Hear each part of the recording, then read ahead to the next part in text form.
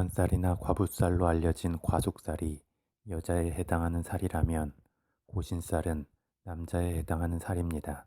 고신살은 고진살로 불리우기도 하며 일명 호라비살이라고 말합니다. 그런데 대부분의 신살이 가장 극단적인 경우를 상정하여 그 의미를 부여했기 때문에 역시나 고신살이 있다고 무조건 호라비가 되는 것은 아닙니다. 다만 그 기운의 오행적 작용에 있어 나름의 의미는 있기 때문에 한번 음미해 볼 필요는 있습니다. 고신살의 성립을 보겠습니다. 고신살이 성립하기 위한 조건은 과속살과는 반대의 느낌이 있습니다. 과속살은 기준이 되는 지지가 속한 계절의 이전 계절 기운 중에서 그 계절의 기운을 잠그고 다음 계절을 준비하는 화개살에 해당하는 글자가 있을 때 성립하였습니다. 즉, 마음 상태가 과거의 결실과 추억의 회상 속으로 역행하는 것입니다. 그래서 본인 과거의 추억과 현실의 불만족 속에서 스스로의 마음 상태가 울적해지고 이는 남편의 기운까지도 빨아들일 수 있다고 봤기 때문에 극단적으로 과부가 될 수도 있다고 보았습니다. 이에 비해 고신살은 기준이 되는 지지의 글자가 속한 계절의 다음 계절에 속한 기운 중에서 역마살에 해당하는 기운이 있을 때 성립하게 됩니다. 그래서 마음 상태가 앞으로 향하게 되고 역마살의 기운을 품는 만큼 역동적 움직임까지 보이게 됩니다. 이는 결국 남자가 몸과 마음이 밖으로 돌기 때문에 남자 스스로가 배우자를 외롭게 하거나 떠나가게 만들게 됨을 의미합니다. 그래서 배우자의 기운까지 빨아들여 본인의 몸과 마음이 밖으로 도는 것으로 소진시킬 수 있기 때문에 극단적으로는 호라비가 되거나 이혼을 당할 수 있다고 보는 것입니다.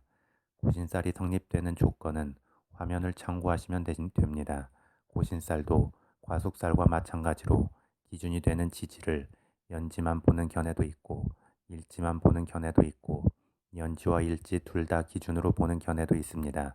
어떤 견해로 참고하든 고신살도 과속살과 마찬가지로 이 하나의 살만으로 극단적 문제가 생기는 것은 아니기 때문에 그 작용의 느낌만 이해하면 좋을 것 같습니다. 더불어 사주원국에 고신살이 없더라도 기준이 되는 연지나 일지와 더불어 운세 흐름에서 들어오는 기운에 의해 고신살이 성립될 수도 있습니다. 보통 운세 흐름에서 고신살이 성립되거나 사주원국에 고신살이 있는 중에 추가적으로 운세와 더불어 고신살이 형성되면 아무래도 남자의 마음 상태가 기존보다 더 밖으로 향할 수는 있습니다.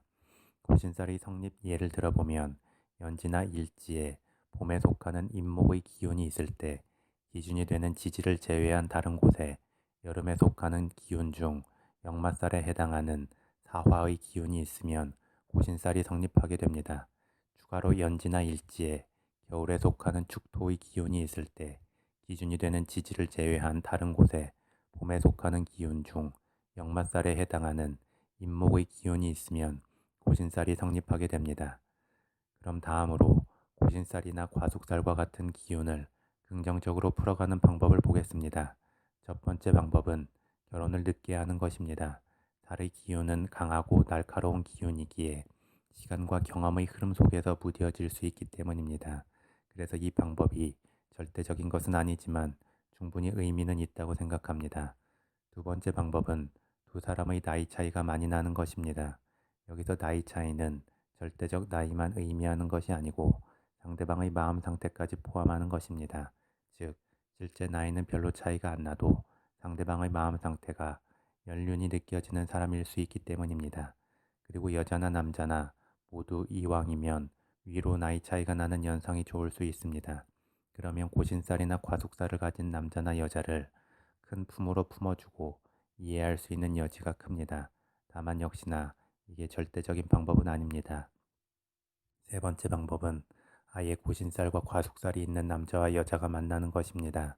독을 독으로 치유하는 느낌이라 할 수 있습니다. 마음이 뒤로 가면서 배우자의 기운도 뒤로 끌고 가는 여자와 마음이 앞으로 가면서 배우자의 기운도 앞으로 끌고 가는 남자가 만나면 중간의 균형점에 위치할 수 있다는 것입니다. 충분히 개연성이 있는 설명이기는 하지만 한편으로 오히려 더 강하고 빨리 서로에게 멀어져 버릴 수도 있을 것으로 보이는 면도 있습니다.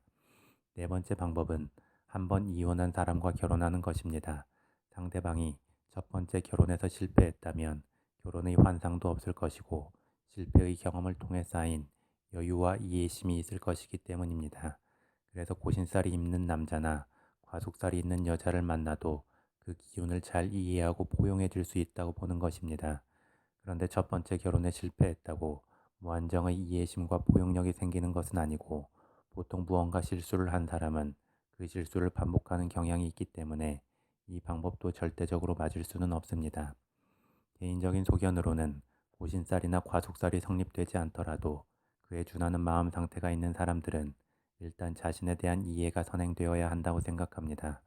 자신의 마음이 너무 침잠해 있다면 일단 그것을 밖으로 향하도록 의지를 가지고 작은 노력부터 해야 합니다. 그리고 자신의 마음이 너무 붕 떠서 앞으로만 향하는 것 같다면 일단 그것을 적절히 제어하면서 뿌리를 내리려는 의지를 가지고 작은 노력부터 해야 합니다. 그래서 상대 배우자를 통해서만 자신의 부정적 느낌을 해소하려 하기보다 본인 스스로의 이해와 노력이 선행될 때 자연스럽게 본인의 인생도 균형을 잡게 되고 적절한 배우자를 맞이할 상황과 기회도 늘어나게 됩니다.